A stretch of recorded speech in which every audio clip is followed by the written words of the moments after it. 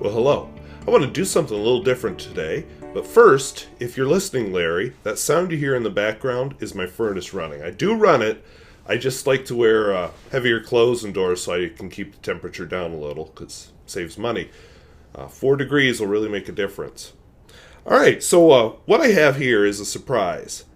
This is a vintage pen. I don't know a lot about it yet. I picked it up for $10.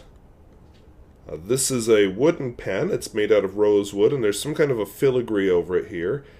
And this is going to be a restoration project. The brand of the pen is Waterson, which I've never heard of, but it sure sounds a lot like Waterman, so maybe they were copying that. All right, so screw cap, lever filler also. But check this out. These threads are cut into the wood. That is really cool. The cap is wood, and the threads, you can't see them in this light, but just trust me, they're cut into the wood there too. Now you may notice there's a piece missing. Like the pointy end, the business end of this puppy. Yeah, there's no nib on it. Now I have discovered it takes a number 6 nib.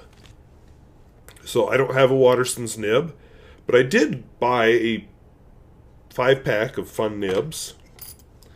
Let's zoom in on this a bit. This is a Nemosine re-entry nib. So what they do is they torch it a little bit, and then they have some chemicals to help it pick up the color. So as far as I can tell, because I have 2 of these on some other pens, it makes absolutely no functional difference, but sure looks cool. And I'm just thinking, you seeing that? And it does fit.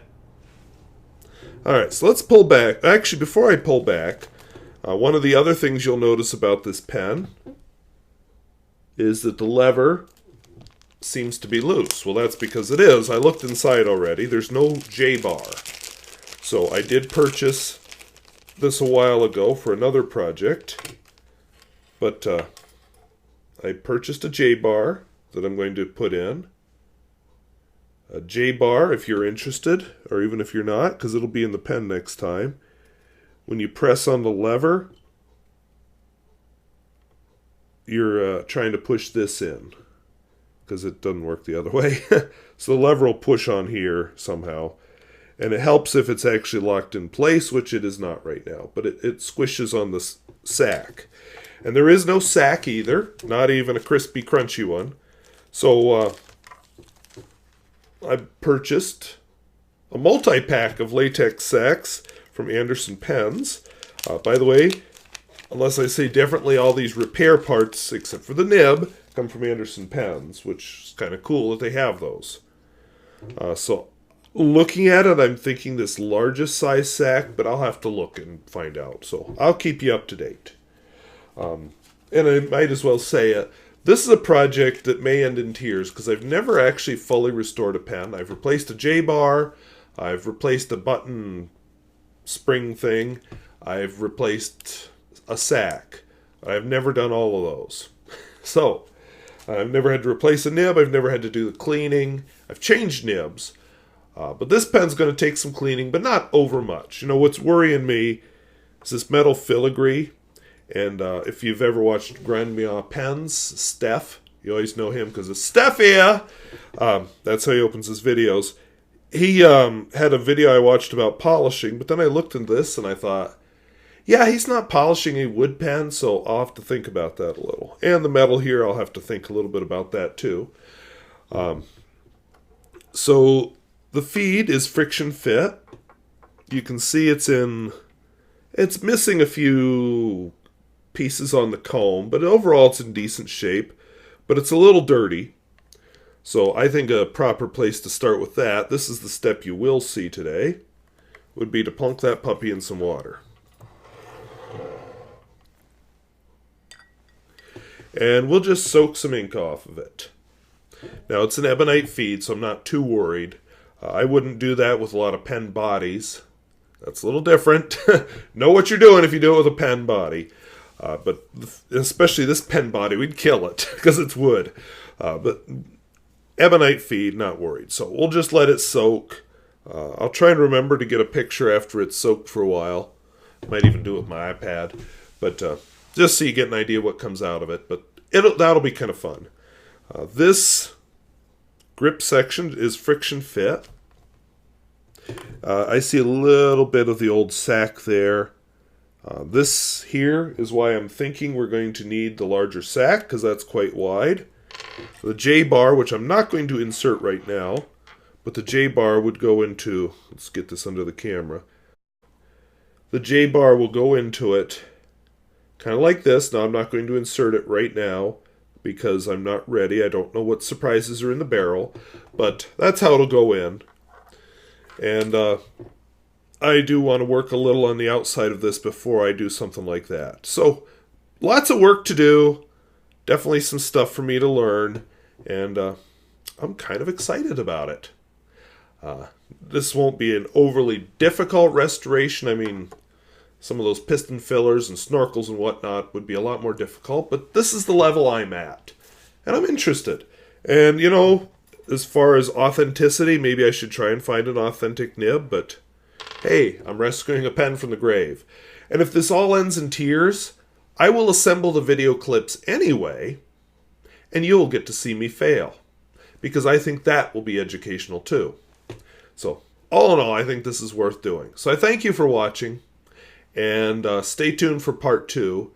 That'll continue this whole voyage. And I'll edit all of it together in the end into one single video. But I wanted to show you a couple other little things that I picked up. This isn't a pens in use. This is just an extra video.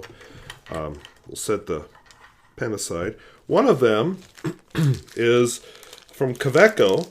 I purchased a pack of vintage pen leads. And you're saying why? Well, they're a little... I'm not sure exactly how vintage the bottle is. It feels plastic, but it might be glass. Who knows? But anyway, what makes these kind of different... Get one out here, because I'm going to put it in the pen. So, these are 1.18 millimeter leads. A lot thicker than your typical 0.5 millimeter leads that they put in pencils nowadays. So, I have that vintage Centro pen. This is his fountain pen, or I'm sorry, pencil counterpart. I haven't had my coffee yet. It's early in the morning, haven't had my coffee, so we'll go with that as my excuse. So I'm going to put this piece of lead in.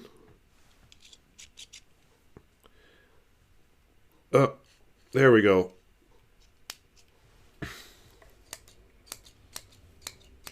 Yep, very precise, and it works. All right, so we got that working. I actually have another vintage pen here. This was at a price I was willing to pay. This is a vintage duofold pencil. It also uses the thick lead. This one you twist to advance it, and I think they put a piece of lead that's too long into it because I can't get it to retract completely. The top's a little loose, and when you pull this off, I'm pretty sure it's a vintage eraser. So I'm going to have to look for a new eraser for it. But overall, I've always liked the looks of these. I've never been willing to pay for one. And then they quit making at least I can't find the pencils anymore. I can still find the ballpoints. But again, $300 and some for a ballpoint. Not going to happen. But this was not even a tenth of that. So, much nicer. All right, now I have here couple other little surprises. I'm using this re-entry nib and some Noodler's pens. I put one into a Nippon set. It's writing beautifully.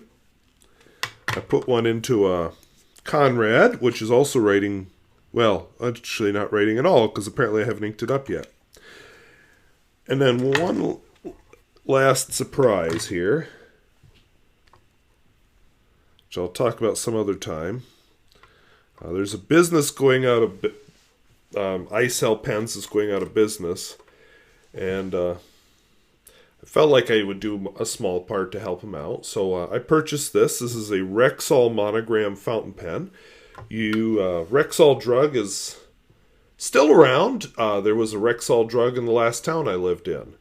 It's not a big name anymore, but it's still around.